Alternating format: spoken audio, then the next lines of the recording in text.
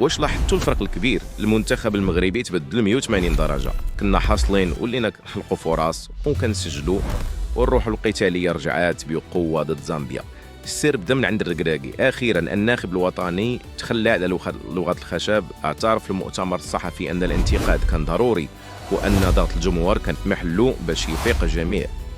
وبالحديث على الجمهور، ذاك التصفار في الملعب كان هو الدواء. الجيل القديم كان كيفشل، لكن هذا الجيل خداها تحدي. ردة الفعل كانت في التيران واللاعبيه تقاتلوا باش يرضيو المغاربه.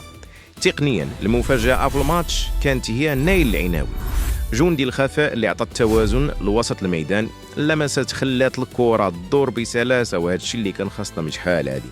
نقطه مهمه، ما تيقوش الارقام ديال التطبيقات بحال سوفا سكور الكعبي والزلزولي قدموا ماتش كبير وظلموا في التنقيط. الواقع في التيران كيقول انهم كانوا حاسمين ومؤثرين.